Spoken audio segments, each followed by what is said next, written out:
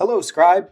Welcome to the first of many podcasts that are going to give quirky yet relatable scenarios you might run into and things you can do to become an even more all-star scribe. We bet you're already a super scribe, so we'll keep the scenario short but sweet and maybe even entertaining. No matter where you're at, remember the takeaway points are to help you with common scribe situations. Let's cut to the chase on today's topic, wound repairs. Today's emergency. A 22-year-old male slips on a wet floor in a theme park restaurant. He collides with an oversized rodent, lands on his dirty fork, and cuts himself on a broken plate. Smartly, the restaurant manager recommends leaving the fork in place, but sadly, he really just didn't want the fork back.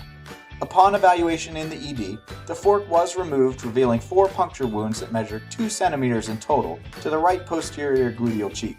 The patient also has a 5.4 centimeter curved laceration to the thenar eminence of his left palm from the broken plate. By now you're already asking, what do I need to document for these wounds? 3 things are required for proper billing and coding: size, location, and complexity. First, the size.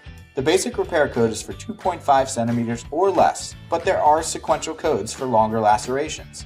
It is always best to list the actual measured length of the wound after closing. You can carry disposable paper tapes that will help your provider get the right length every time. Second, anatomical location. For example, left thenar eminence, right posterior gluteal cheek, vermilion border, occipital scalp, forehead. The list really goes on and on. Various codes are used to determine the different parts of the body. Location should be clearly documented in the procedure note, as well as the final diagnosis. Be specific, like a GPS coordinate. Third, complexity.